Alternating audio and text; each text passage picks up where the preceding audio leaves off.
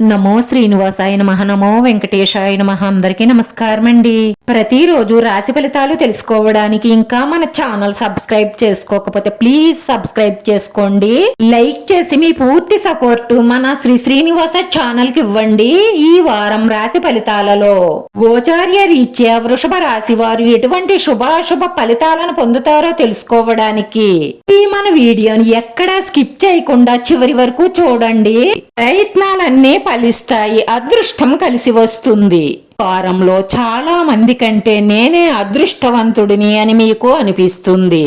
ఎందుకంటే మీకు నచ్చిన ఒక అందమైన స్త్రీతో బయటకు వెళ్లి సినిమాలు షికార్లు అంటూ బాగా ఎంజాయ్ చేస్తూ ఆ స్త్రీతో గడుపుతారు. స్వర్గం ఎక్కడో కాదు భూమి మీదే ఉందని మీ ఇద్దరు అనుకుంటారు. ప్రేమికులు మీది నిజమైన ప్రేమ అయితే పెద్దలను ఒప్పించి పెళ్లి చేసుకునే ప్రయత్నం చెయ్యండి. అంతేకాని బలాదూర్లు తిరక్కండి.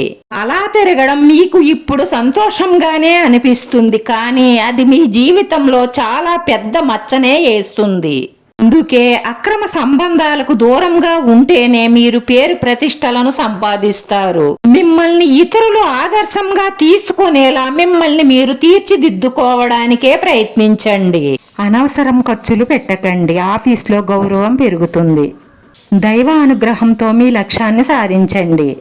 మీ ఆరోగ్యం పట్ల శ్రద్ధ అవసరం. ఈ రాశి వారికి ఈ రోజు ఇరుగు పొరుగు వారితో లేదా అపరిచితులతో గొడవలు జరిగే అవకాశాలు ఉన్నాయి, కావున జాగ్రత్తగా ఉండండి.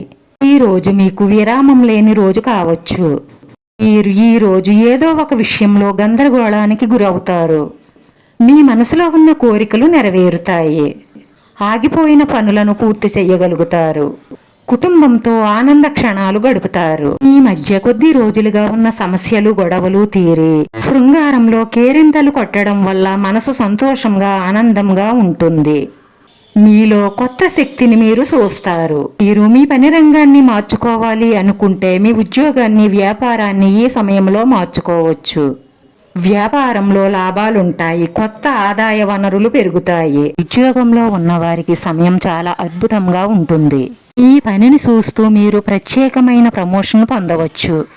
మీ పని ప్రాంతం యొక్క పరిధిని పెంచవచ్చు. సామాజిక రాజకీయ కుటుంబ రంగాలలో గౌరవ ప్రతిష్టలు పెరుగుతాయి. కోర్టులో జరుగుతున్న కేసులలో మీ శత్రువులు ఓడిపోతారు. మీ బంధువుల నుండి మీరు ద్రవ్య ప్రయోజనాలను పొందవచ్చు. మీరు షేర్ మార్కెట్ లేదా ఆస్తిలో డబ్బు పెట్టుబడి పెట్టాలనుకుంటే ఈ సమయం అనుకూలంగా ఉంటుంది. మీరు వాహనం మీద ప్రయాణం చేసినట్లయితే వాహనాన్ని జాగ్రత్తగా నడపండి. నోటిని అదుపుగా వాడండి. చర్చలకు దూరంగా ఉండండి. ఈ రాశివారు ఓపికగా ఉండాలి. భాగస్వామితో విడిపోవడం వల్ల ఒత్తిడులు ఉంటాయి. మీరు కోపావేశాలను అదుపులో ఉంచుకోవాలి. ఈ రోజు ఈ రాశివారి అదృష్ట సంఖ్య వచ్చి 2. ఈ రాశి వారికి కలిసొచ్చే రంగు తెలుపు రంగు.